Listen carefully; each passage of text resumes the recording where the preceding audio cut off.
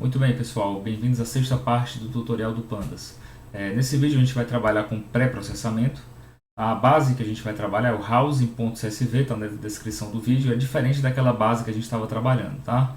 É o mesmo conteúdo, só que essa base aqui, a original, ela tinha uma série de problemas, e a ideia é que hoje a gente aprenda a utilizar o Pandas para resolver esses problemas, que é muito comum, tá? Em bases reais. Então faça o upload aí do arquivo house.csv. Esse documento aqui também está na descrição do vídeo, tá? Só você baixar ele e fazer o upload aqui em Upload Notebook. Então vamos lá. Primeira coisa que a gente vai fazer, como sempre, vou importar o pandas spd e vou criar o nosso data frame utilizando o comando read csv, passando o nome do arquivo que é o house.csv.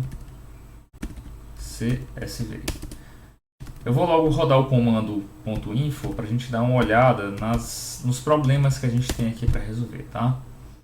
Então, a gente criou o data frame, rodou aqui o .info e a primeira coisa que a gente observa aqui é a falta de alguns registros em algumas colunas. Por exemplo, nós temos 11.306 registros, tá, nessa base. E aqui a gente mostra o número de valores não nulos para cada coluna, tá? Bairro, a gente tem 11.304, tá faltando dois registros aí. O preço é o que tem mais valores nulos, ó. A gente só tem 8.827 registros não nulos, tá? Outro problema que a gente tem nessa base está associado ao nome das colunas, tá? Geralmente a gente prefere que o nome da coluna esteja escrito com a primeira letra minúscula, tá? A gente tenta evitar o uso de letras maiúsculas, só por uma convenção mesmo. E também é sempre bom evitar espaços, tá, no nome da coluna. Então, o nome de todas essas colunas a gente vai alterar para conseguir formatar essa tabela numa nomenclatura mais fácil de trabalhar, tá? Outro problema que a gente tem é em relação aos tipos das variáveis, tá? Se você observar aqui embaixo, ó, latitude e longitude, que a gente tinha identificado como sendo um valor real, tá? Era um número, aqui ele identificou como object. Isso significa provavelmente que em alguma linha dessas duas colunas tem algum registro que foi feito de forma equivocada, tá? Ou houve um espaço, ou então aspas, ou então a pessoa escreveu sem registro, tá? Alguma coisa do tipo. Primeira coisa que a gente vai fazer então é modificar o nome das colunas. Aliás, eu coloquei aqui na ordem para a gente tratar os valores em branco, tá? Vamos fazer isso primeiro. Então nós temos vários valores em branco. A gente tem basicamente duas possibilidades de tratar valores em branco, tá? Eu vou mostrar aqui a forma mais fácil. Em vídeos futuros eu vou mostrar outras funcionalidades que auxiliam a tomar decisões diferentes em relação a esses valores em branco, tá? Nesse caso aqui, o que a gente quer, por enquanto, é eliminar qualquer linha que possua pelo menos um registro em branco, tá? Para fazer isso, a gente utiliza o comando df, tá? Um comando do DataFrame, que é chamado drop na. Tá? Esse comando ele é utilizado para eliminar linhas ou colunas que possuam valores em branco, tá? Eu vou especificar que eu quero eliminar no eixo 0, tá? Esse axis, que inclusive o padrão dele é igual a 0, tá? O valor padrão, ele especifica se a gente vai eliminar linhas ou colunas, tá? Linha é o eixo 0 e coluna é o eixo 1. No caso aqui a gente quer eliminar linhas, eu vou executar esse comando aqui sem fazer mais nenhuma modificação e ele está mostrando aqui embaixo o resultado, tá? Toda vez que eu executo um comando que mostra o data frame aqui embaixo, significa que esse comando não foi efetivado no data frame, tá? A gente só está visualizando o resultado da operação, tá? Para a gente efetivar o resultado, basta passar o comando in place igual a true. Ele não vai mostrar nada, tá? Ó, embaixo significa que de fato rodou a função. Só para a gente dar uma olhada, eu vou colocar aqui df.info e a gente tem agora 3.627 linhas, tá? Reduziu bastante, né? Mas pelo menos a gente conseguiu se livrar do problema dos valores em branco.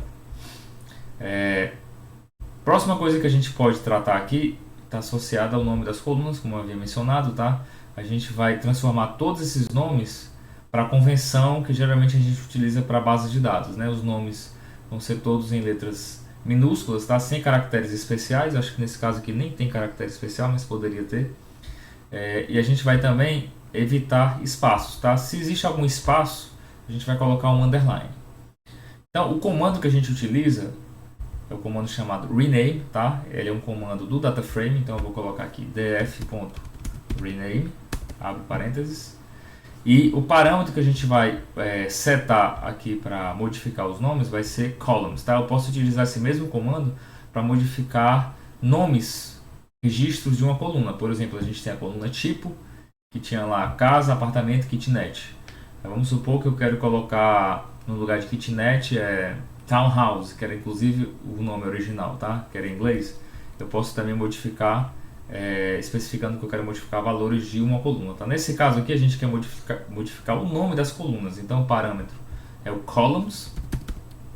E a forma como a gente passa aqui a modificação, tá? É na forma de um dicionário. O dicionário é uma estrutura do Python que ele funciona com a lógica de chave e valor, tá? A chave, nesse caso aqui, vai ser o nome original da coluna. Eu vou colocar aqui só como exemplo o bairro, tá? Tá com B maiúsculo, né? Então, bairro é o nome original. Essa é a chave do dicionário, tá? Para colocar o valor do dicionário, a gente identifica com 2 pontos. E o valor vai ser justamente o nome que eu vou substituir o valor original, que é a chave, que é o bairro. Então, se eu colocar aqui bairro, tá? Onde a coluna que tiver identificada como bairro com B minúsculo vai se tornar bairro com B maiúsculo, né? Ele vai se tornar bairro com B minúsculo, tá? Se eu quiser alterar mais de uma coluna, eu coloco uma vírgula e vou seguir na lógica. Chave, valor, separado por vírgula. A gente tem uma porção de colunas, né? Então eu vou adicionar aqui uma linha de código em cima. Se a gente utilizar o comando columns, a gente recebe como resultado uma lista contendo as colunas dessa base, tá? Eu vou copiar tudo isso daqui. Vou colar dentro das chaves aqui do parâmetro. E basta a gente colocar os 2 pontos para cada nome de coluna e modificar o valor, tá? Bairro com B minúsculo. Aqui vai ser endereço com E minúsculo. Vai ser quartos. Tudo entre aspas, tá? Tipo. Preço. Distância do aeroporto, como tem espaço, a gente vai colocar assim, tá? Ó, entre aspas. Distância underline aeroporto. CEP eu vou colocar em minúsculo, assim, CEP. Banheiro, vou colocar banheiros no plural e com B minúsculo, tá? Já que a gente está seguindo essa lógica, né, do plural. Vagas, vai ser vagas com B minúsculo. Área do terreno, o mesmo problema. Vou dar um espaço aqui para não ficar muito para a esquerda. O mesmo problema da distância do aeroporto, a gente vai colocar aqui área aeroporto. Desculpa, área terreno, né? Área terreno. Área construída vai ficar área construída. Ano de construção eu vou chamar de ano construção. Lembrando que eu não posso utilizar caracteres especiais, tá? Latitude está com L maiúsculo, eu vou colocar com L minúsculo. Mesma coisa para longitude. Vou rodar de novo o comando df.columns para a gente ver se todo mundo funcionou direito. Um erro, qual foi o erro? Erro de sintaxe. Faltou aqui endereço. Eu coloquei uma vírgula no lugar de 2 pontos. Ok. Sim, esse comando a gente precisa também passar. Tá vendo que não modificou, né? O inPlace igual a true. E agora sim a gente tem bairro, endereço, quarto, tipo, preço, todo mundo do jeito que eu estava querendo que ficasse. Então, perfeito, modificamos o nome de todas as colunas para ficar no valor padrão. E vou colocar aqui um def.info para a gente dar uma olhada mais uma vez na base. E lembra que a gente tinha um problema associado à latitude e à longitude, né? Ele foi identificado como object, a gente tem que transformar ele em formato numérico, tá? Para isso, a gente vai utilizar o comando toNumeric, tá? Que é um comando do pandas, tá? pd.toNumeric. Então eu vou colocar aqui embaixo pd.toNumeric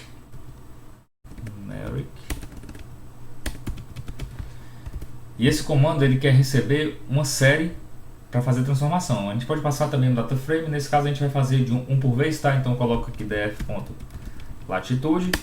Vamos só dar uma olhada se ele conseguiu resolver. Ó, transformou todo mundo em numérico, tá? Float 64. Como ele está mostrando aqui embaixo, mais uma vez, significa que ele executou, mostrou, mas a gente não modificou o data frame, tá? Então eu vou dizer aqui, ó, que df.latitude vai ser igual a essa nova série, né, transformada em numérico, tá? Vou executar. Funcionou sem erro, tudo bem? Eu vou aproveitar a mesma linha para fazer com a longitude, tá? Então longitude igual a pd.toNumeric. Eu vou passar a própria longitude na transformação. Se a gente executar, ó, ele vai dar um erro. Ele deu um erro porque ele não soube como lidar com esse probleminha aqui, ó. Lá na última linha do erro ele mostra qual foi o motivo do erro, tá? Nesse caso a gente tem uma linha que a pessoa colocou vários espaços, ela não deixou vazio, tá? Ela colocou vários espaços e está na posição 75, inclusive, ó, na linha 75, e a função não soube lidar com essa informação. Tá? Tem várias formas de a gente lidar com erros, eu coloquei aqui as três opções, na verdade são três. A opção padrão é essa raise, tá? Ou seja, ele simplesmente levanta o erro e mostra qual é. Aqui a gente vai especificar que a forma como ele vai lidar com os erros, tá? Que é o parâmetro errors, vai ser igual a course aqui, ó.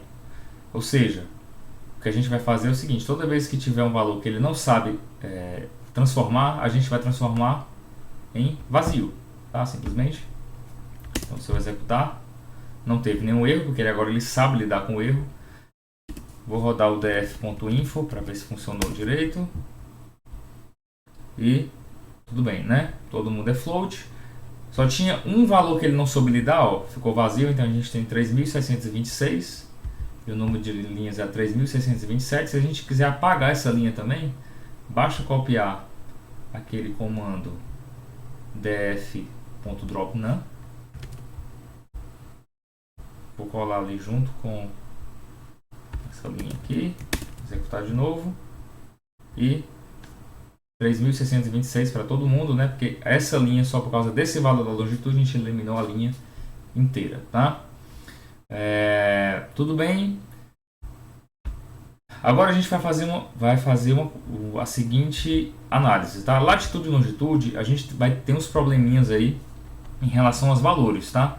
Eu vou colocar aqui df, vou selecionar somente a latitude e a longitude, e vou utilizar o comando describe para a gente dar uma olhada nas estatísticas descritivas dessas duas colunas, tá? Então, olha só, o valor da latitude, dá para perceber aqui pela mediana, os quartis, tá? Eles estão flutuando aqui nessa região do menos 37 alguma coisa, tá? Coordenada geográfica, se eu tenho um salto de 1 grau, tá? De 37, menos 37 para menos 38 é uma distância grande. Então, a gente está trabalhando em cima de uma cidade e claramente a gente tem valores que estão cadastrados de forma errada, né? Ó, o valor menor para a latitude deu menos 37.946. Nem existe essa coordenada, tá? Para latitude. A gente está tendo o mesmo problema com a longitude. O valor máximo também deu um valor gigantesco. O que é que aconteceu aqui? Quando a pessoa foi cadastrar, esqueceu de colocar o ponto ou a vírgula, dependendo do divisor decimal que ela estava utilizando, tá? Então a gente vai precisar corrigir isso daqui também. E para isso a gente vai utilizar o comando lock, tá? Lembra que teve um vídeo passado aí que a gente utilizou o comando ilock, que recebe a posição de um valor na tabela, tá? É como se ele enxergasse a tabela como uma matriz e eu passava simplesmente a posição utilizando números inteiros, né? A posição 00 é o valor da primeira coluna, primeira linha. O valor 10 eu pulo uma linha 1, coluna 0 e assim por diante. O comando lock, tá, sem o i, ele funciona de forma semelhante, só que nesse caso aqui a gente vai passar um filtro para o índice, que é como ele vai selecionar a linha, tá? E um filtro para a coluna, para a gente selecionar colunas específicas. Eu posso selecionar uma faixa de colunas também. Então, o que eu quero selecionar aqui é justamente os valores que tem problema, tá? Então, para latitude, ó, como a gente sabe que ele está flutuando aqui nessa faixa do menos 37, tá? Não vai ter nenhum valor, por exemplo, menos 40, tá? Que já é muito distante, né, no eixo da latitude. Então, a gente vai fazer o seguinte, qualquer valor, por exemplo, menor do que menos 100, a gente vai selecionar para fazer uma alteração, tá? Então, aqui embaixo, df.lock, abre colchetes, primeira posição do colchete, filtro do índice, tá? Então, o nosso filtro para o índice vai ser df.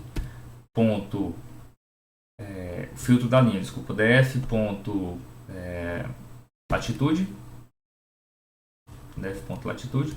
Eu quero pegar somente os valores que são menores do que menos 100 já é o suficiente, tá? E eu quero selecionar a coluna latitude. Vou executar só para a gente dar uma olhada, ó. Então a gente só tem aqui valores que são menores do que menos 100, né? São todos os valores que estão com problema. Dá para perceber? Vou até fazer aqui uma estatística, vou utilizar o describe para ver se está todo mundo nessa faixa, ó. O mínimo dos valores, ó, menos 37.900 alguma coisa, o máximo 37.687. Então a gente está com um problema aqui de casa decimal, né? Para a gente corrigir, a gente vai dividir por 1000, né? Eu preciso que esse ponto ele passa 1, 2, 3 casas para a esquerda, então basta a gente dividir todos esses valores que a gente selecionou aqui com o lock, tá? Com o comando lock, por 1000. Como é que a gente faz isso? Esse valor, eu estou selecionando uma parte do data frame, tá? Eu vou dizer que ele tem que ser igual a df.latitude dividido por 1000. Desse lado aqui eu estou dividindo toda a coluna da latitude, tá, por 1000 e atribuindo a essa porção aqui que a gente selecionou com o lock. Então, como é que ele funciona aqui? Utilizando o índice, ele só vai atribuir os valores referentes a esse filtro que a gente colocou aqui com o lock, tá? Então, dessa forma o comando vai funcionar. Se eu executar esse comando e der uma olhada aqui no ponto, pode utilizar latitude, ponto describe, né, para a gente ver se funcionou. Vou executar e olha só.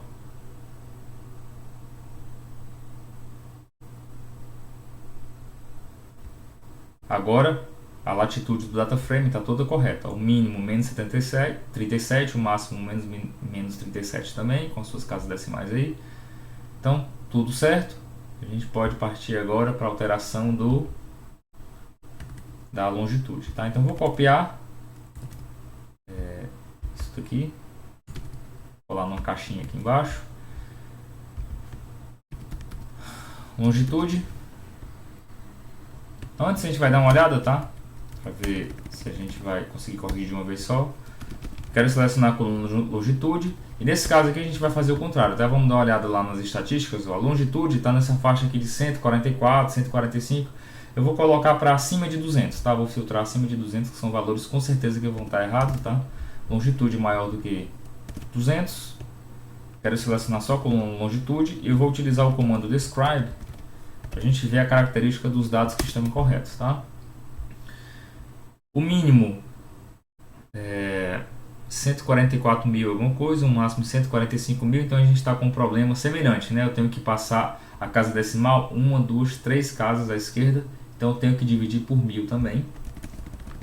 Então essa porção do data frame ele vai ser igual a df.longitude dividido por 1000. Vamos dar uma olhada aqui se funcionou, utilizando o describe em cima da coluna longitude.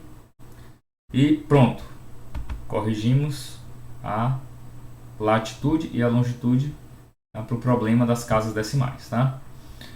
A última coisa que a gente vai fazer é fazer uma melhora aqui no uso de memória, tá? Todos os nossos dados, eu vou rodar aqui o comando info de novo, df.info. Todas as nossas colunas numéricas estão no formato float 64. Float 64 é o formato que ocupa mais espaço na memória, tá? Ele considera valores que são que tem casas decimais E o termo 64 aqui, que é o 64 bits, ele está associado ao número de casas que ele vai considerar. Não estou lembrado agora quantos, mas esse daqui é o máximo, tá? Deve ser uns 20 dígitos depois da casa, depois do ponto, tá? Esse data frame ele está ocupando atualmente, ó, 584 KB. A gente vai transformar os nossos colunas aqui para valores que funcionem melhor, tá? Por exemplo, a gente tem a possibilidade de transformar para inteiro uma porção de colunas, né? Quartos é um número inteiro, banheiros é um número inteiro e vagas também é um número inteiro, né? O ano da construção também é considerado um número inteiro. Então a gente pode transformar todo mundo para inteiro. A gente tem várias possibilidades aqui, várias opções para transformar inteiros, tá? Tem o int 8, que pega valores nessa faixa aqui, ó. Um int 16, que pega valores nessa faixa, tá? 32 e 64, tá aqui as faixas de valores que ele pega, tá? Então, por exemplo, para banheiro e para banheiros, quartos e vagas, a gente não vai precisar do int 16, né? Um int 8 provavelmente é suficiente. Só para a gente verificar, ó, eu vou filtrar banheiros, quartos e vagas. Eu vou apertar, clicar aqui no describe, pode ser. Não, vamos pegar o valor máximo, tá? O máximo dessas três colunas. O máximo de meios que a gente tem é 8, o máximo de quartos é 8 e vagas 8, então o int 8, por coincidência aqui deu o mesmo 8, é suficiente, né? A gente não vai passar de 127 banheiros, nem quartos, nem vagas, né? No caso do ano da construção, o ano a gente já sabe que só vai ter 4 dígitos, né? Mas mesmo assim vou colocar aqui quanto é que seria o máximo. Desculpa, ano não, ano construção. O valor máximo é 2018. A gente já sabia que não ia ter mais do que 4 dígitos, né? Então a gente pode utilizar nesse caso o int 16, tá? Esse daqui não seria o suficiente, né? Porque a gente precisa de 4 dígitos. Esse daqui é mais do que o suficiente. Então, para transformar, a gente utiliza o comando type, basta especificar a coluna. No caso, a gente vai transformar vagas type int 8, tá? Vou fazer a mesma coisa para banheiros e vagas.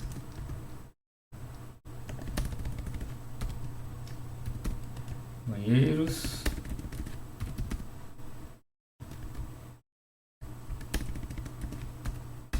e quartos, né? Então, quartos.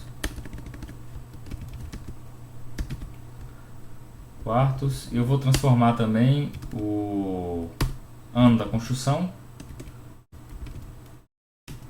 Deixa eu copiar isso daqui. Vai ser igual a ano construção.type. Nesse caso a gente vai precisar de um int 16. Vou fazer aqui as modificações e vou dar uma olhada de novo no data frame para ver a redução, tá, do uso de memória, tá? Caiu para 489, a gente estava com quanto antes? 584, então tem uma redução aí razoável, né?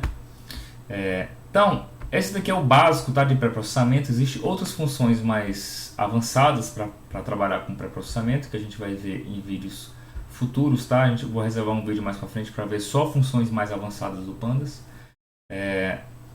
No próximo vídeo a gente vai trabalhar com funções para fazer junção de tabelas, tá? Join, merge, funções parecidas com o que a gente utiliza em SQL, tá? Não se esqueça de se inscrever no canal, ativar as notificações e até a próxima.